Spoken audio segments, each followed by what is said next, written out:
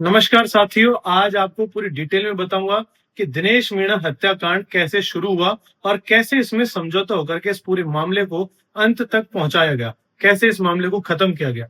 सबसे पहले शुरुआत होती है दिनेश मीणा जब कटिंग करवाने के लिए पंचमुखी पर एक नाई की दुकान पर पहुंचता है।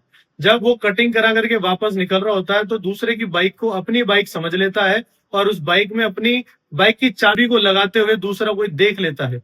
तो उसे चोर समझ के पहले तो उसे पकड़ा जाता है, वहीं उसी जगह पर लात घूंसे मारे जाते हैं, पीटा जाता है। उसके बाद उसे वहां से उठा करके पास में एक पेड़ से बांध दिया जाता है, नारियल की रस्सियों से। और उस रस्सी से बांध करके इतना जोर से बांधा जाता है कि उसकी जो आंतें हैं, उसका जो लीवर वाला फेफड़े वाला जो एरिया है नीचे से ऊपर यहाँ तक उसको इस तरीके से बांधा गया कि रस्सियों के निशान इतने गहरे पड़े हुए हैं कि वो ऐसे लग रहा है कि उसे सांस लेने में भी दिक्कत आ रही थी। फिर शुरुआत होती है लोगों की, जो लोग हाथ साफ करने के लिए वहां पर पहुंचते हैं और दिनेश मीणा के ऊपर हाथ साफ करते हैं, पीटते हैं बुरी तरीके से। जब वो अधमरा हो जाता है, पानी मांगता है, उस दौरान उसकी माँ वहां पहुंच जाती है और उसकी माँ के पहुंचने के कुछ समय बाद पुलिस वाले 2 कांस्टेबल पहुंचते हैं। उसकी माँ बोलती है कि इसने जो कुछ भी चुराया उसके पैसे मैं दूंगी, तुमको ज्यादा है तो पुलिस कंप्लेन कर दो, तुम्हारे को मुआवजा मैं दूंगी। मेरे बेटा पानी मांग रहा है, उसे पानी दे दो, तुम्हारा जो भी नुकसान हुआ है उसकी हर्जाना मैं पे करूंगी। लेकिन भीड़ ने, जनता ने एक ना सुनी और दिनेश मीणा के ऊपर लगातार मारते रहे। उसे प्यासा अधमरा रखा गया। जब उसने पानी मांगा तो पुलिस वाले उसे वहां से लेकर के पुलिस स्टेशन पहुंचे, कहीं उसकी ज्यादा तबीयत ना बिगड़ जाए, कहीं लोग ज्यादा हाथापाई पे उतर आए और वहीं उसको मार ना दे। पुलिस वाले जब थाने लेके आए उस दौरान दिनेश मीणा की मौत हो गई। उसके बाद पूरा कार्यक्रम शुरू होता है, नेताओं का आना शुरू होता है, परिवार का गुस्सा फूट करके सबके सामने आता है।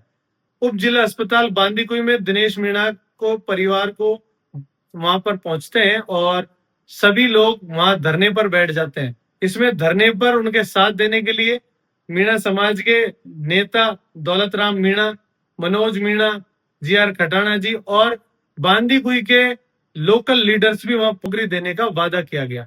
उसके बाद पोस्टमार्टम के लिए जिद्दोजहद शुरू हुई। परिवार के लोगों ने पोस्टमार्टम के लिए साइन करने से मना कर दिया। 5 लोगों के साइन मांगे गए थे, जिसमें से किसी ने भी साइन करने को राजी नहीं हुआ। धीरे धीरे एक एक को समझाया गया, पोस्टमार्टम के लिए साइन करने के लिए कहा गया और पुलिस की देख रेख में पोस्टमार्टम किया गया, जिसमें दिनेश मीणा के शरीर पर जो भी घाव थे उन सभी की फोटो ली गई, सभी को बताया गया और सभी से कहा गया कि जो भी अपराधी उन्हें पकड़ा जाएगा 24 घंटे के अंदर। ये सब चीजें रात को कही गई थी और सुबह पुलिस ने 10 बजे से पहले 12 लोगों को डिटेन भी कर लिया था शक के गुनाह पर, और उनको वहां पर पूछताछ जारी है। जिसके ऊपर डाउट होगा उसको तरीके से रिमांड में लिया जाएगा और उसे कड़ी से कड़ी सजा देने की पुलिस ने वादा भी किया है और पुलिस वो काम को बखूबी कर भी रही है। परिवार जब मुआवजे की राशि 8.5 लाख रुपए की बात की गई तो नाराज हुआ। दिनेश मीणा के ससुराल पक्ष पूरी तरह से नाराज रहा और उन्होंने कहा कि हमारी बेटी की 23 साल की उम्र है और 1.5 साल की उसकी बच्ची है, लगभग 15 से 18 महीने की उसकी बेटी है दिनेश मीणा की। उनका जीवन इन 8.5 लाख रुपए में कैसे निकलेगा? सरकारी अफसरों को 1.5 2 2 लाख रुपए सैलरी मिलती है, उसके बावजूद भी करप्शन करते हैं, उसको उनका जीवन यापन नहीं हो पाता, तो हमारे बच्चों का कैसे होगा? और दिनेश मीणा के ससुराल वाले अगेंस्ट होकर के वापस धरने पे बैठ गए। दिनेश मीणा की पत्नी ने भी पूरी जिद्दोजहद की कि सही मुआवजा दिया जाए और दोषियों को कड़ी से कड़ी सजा दी जाए। लास्ट में दिनेश मीणा के परिवार ससुराल वालों ने बांदीकुई के विधायक भागचंद टांकड़ा को वहां आने की आह्वान किया कि कैसे भी करके भागचंद टांकड़ा को बुलाया जाए और उनके राज्यकाल में जो बांदीकुई में ऊट पटांग हरकतें हो रही हैं उनका निवारण किया जाए। बांदीकुई में आपको बता दूं, सबसे पहले शुरुआत होती है चोरी से। चोरी, लूट खसूट और बूढ़ा कटला का एक मामला था जिसमें एक वृद्ध प्रजापति महिला का कड़ों को गैस कटर से काट करके ले जाया जाता है, जिसमें वृद्ध महिला पूरी तरह से घायल हो जाती है। हालांकि दूसरे दिन पुलिस ने उनको पकड़ भी लिया, जो उसी गांव के पड़ोसी गांव के निकले वो लड़के, और उनको कड़ी से कड़ी सजा भी दी गई। इसी बीच सिकंदरा बांदीकुई विधानसभा के पास में सिकराय विधानसभा है दौसा की, उसमें 10 साल की बच्ची का रेप हो जाता है और पुलिस प्रशासन 2 दिन 3 दिन लगा करके रेपिस्ट को पकड़ती है। रेपिस्ट निकलता है उसी घर का जीजा, जो उस 10 साल की बच्ची का रेप करता है। समाज धीरे धीरे निचले स्तर पर गिरता जा रहा है, निम्न स्तर की सोच समाज की हो चुकी है, जहां 10 साल की बच्ची, 4 साल की बच्ची भी सुरक्षित नहीं है। इसी बीच ये सारे प्रकरण धीरे धीरे उठते रहे और दिनेश मीणा इस प्रकरण की आहुति पर चढ़ गया।